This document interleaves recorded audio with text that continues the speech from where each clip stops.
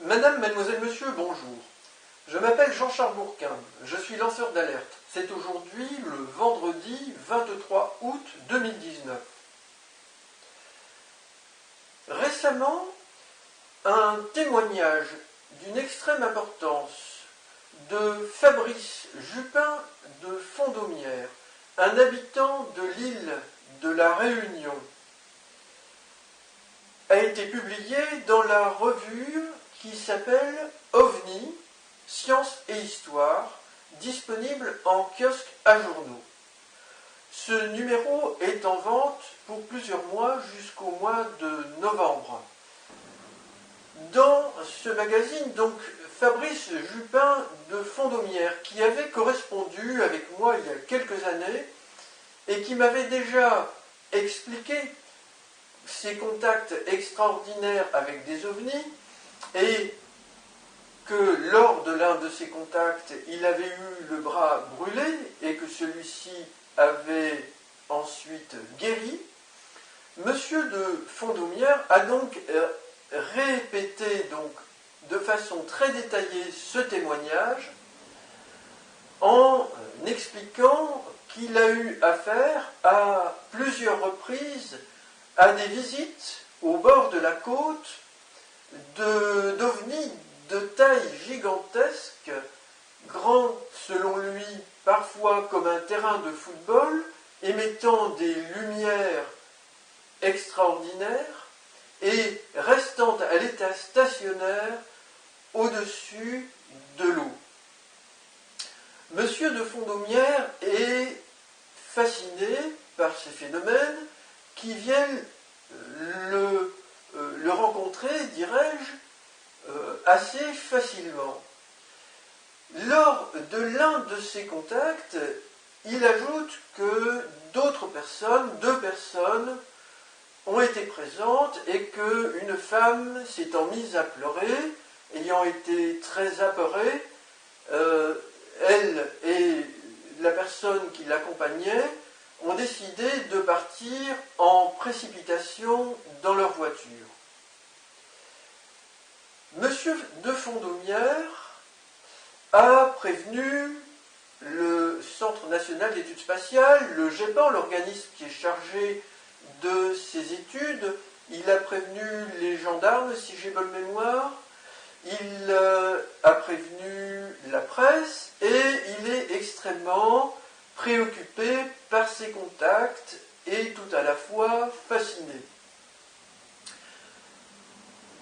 Il a répété donc dans cet article qu'il a eu le bras brûlé à l'occasion de l'un de ces contacts et que celui-ci a guéri.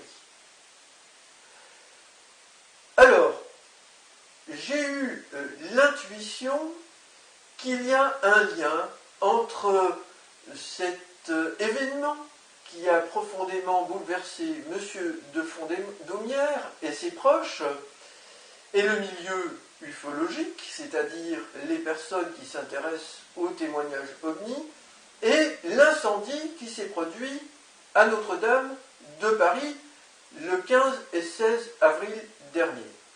Alors, je vais vous montrer de quoi il s'agit, si la petite mouche qui tourne ici dans la pièce veut bien me laisser un petit peu plus de sérénité. Alors, j'ai écrit ici les lettres du nom de Fabrice Jupin de Fondomières. Et j'en ai déduit les significations suivantes à la suite. J'ai su fin, le 1 en chiffre romain, nôtre, comme pour nôtre, dame, Paris, feu, PB. C'est-à-dire, j'ai su, fin, unité, c'est oméga, unité, oméga étant la dernière lettre, la fin de l'alphabet grec.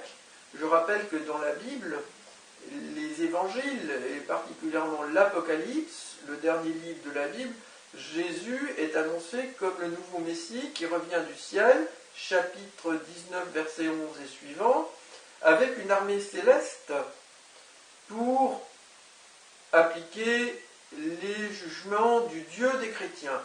je souligne le Dieu des chrétiens, qui est selon moi un faux Dieu. Et Oméga Unité, je peux le remplacer donc par Apocalypse. Donc Jésus de l'Apocalypse, donc le nouveau Messie des chrétiens. 2 points, Notre-Dame de Paris, feu, plomb. Je rappelle que ce sont plus de 400 tonnes de plomb qui ont fondu et qui sont partis dans l'atmosphère sous forme d'oxyde de plomb. Je me suis déjà abondamment exprimé sur mes chaînes YouTube à ce sujet et j'y reviendrai à l'occasion. Donc, autrement dit, les lettres de Fabrice Jupin de Fondomière comportent une signification évidente entre l'incendie à Notre-Dame de Paris avec le toit et la flèche en plomb qui ont fondu lors de cet incendie, et puis la présence du nouveau Messie des chrétiens. Fabrice Jupin de Fondomière est à l'île de la Réunion, et Notre-Dame de Paris est sur l'île de la Cité. Il a été contacté par un très grand ovni, grand comme un terrain de football, et cet ovni est très certainement constitué pour une large part au niveau de sa coque de métal, et là, on a le toit métallique et la flèche d'une église qui ont fondu. Notez que Jupin de Fondomière, on a le mot fondre qui apparaît dedans, comme suggéré. Donc, tous ces éléments ne sont pas fortuits, selon moi. Il a eu le bras brûlé. Notre-Dame de Paris a brûlé. Alors, qu'est-ce que tout cela signifie? Eh bien, selon moi, ainsi que je le pensais il y a quelques années, longtemps avant cet incendie, Fabrice Jupin de Fondomière est sous la très mauvaise influence des extraterrestres pro-Jésus qui, comme je vous l'ai expliqué, s'efforcent de trouver des relais très actifs dans notre civilisation, notre société humaine, afin de faire connaître leur présence, d'impliquer leurs responsabilités, leurs croyances, éventuellement aussi, ils l'espèrent, dans le christianisme, et d'amener progressivement, et peut-être parfois plus brusquement, nos gouvernements à infléchir leur position de refus d'accueil des extraterrestres dont ils ont connaissance. Récemment, le groupe extraterrestre Pro-Jésus a réalisé un crop circle au Royaume-Uni. Toujours, c'est très souvent le cas, c'est encore le cas cette année, à Preston, Condover. Je n'ai pas encore commenté cette formation et c'est l'occasion de le faire.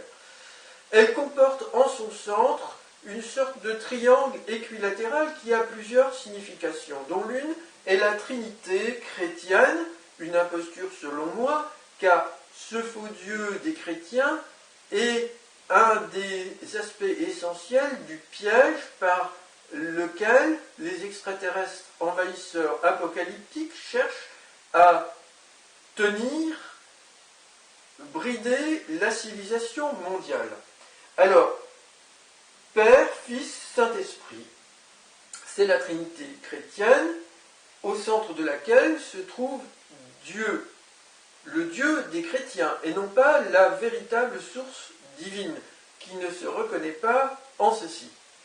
Alors, on peut extraire de Preston Condover, Pater, Senor, Dov, c'est One, c'est-à-dire Pater en latin, le Père, Seigneur, le Seigneur, là en espagnol, je l'écris, c'est-à-dire Jésus, le Fils, pour les chrétiens, le Fils de Dieu, Dov, la colombe du Saint-Esprit, qui est pour moi aussi une croyance. Je ne nie pas certains phénomènes extraordinaires qualifiés de miraculeux. Je dis simplement qu'ils ne sont pas bien expliqués scientifiquement. mais ils ne sont pas en accord dans le christianisme avec la vraie source divine, selon moi.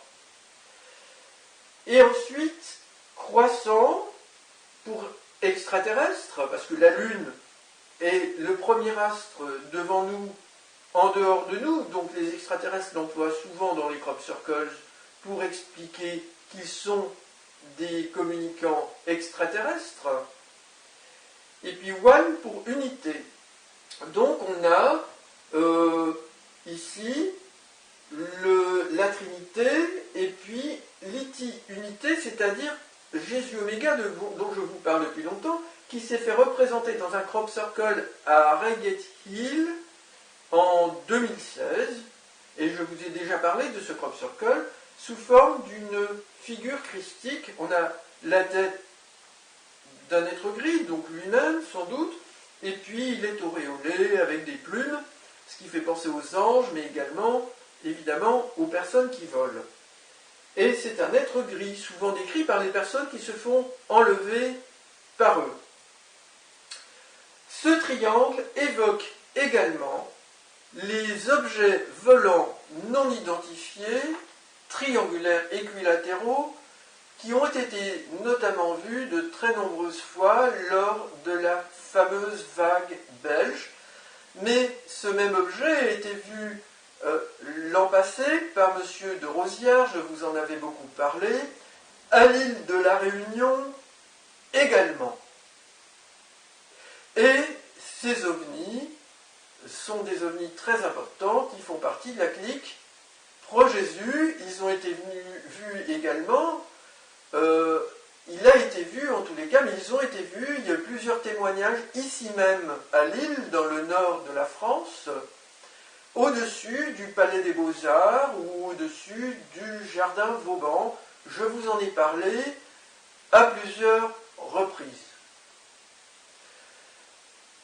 Voilà donc, madame, mademoiselle, monsieur, des informations extrêmement importantes, et vous pouvez constater là qu'il n'y a pas de fatalité. Nous pouvons pratiquer une sorte d'exorcisme collectif et nous libérer de ces mauvaises influences, mais ce qui nous arrive aussi n'est pas toujours fortuit, et dans cette affaire peut être très fortement en correspondance avec ce que j'appellerais des potentialités de l'âme, et c'est ce qui est arrivé, je pense, à Fabrice Jupin de Fondomières, auquel je souhaite bon courage et que je remercie pour son témoignage que je trouve courageux et honnête.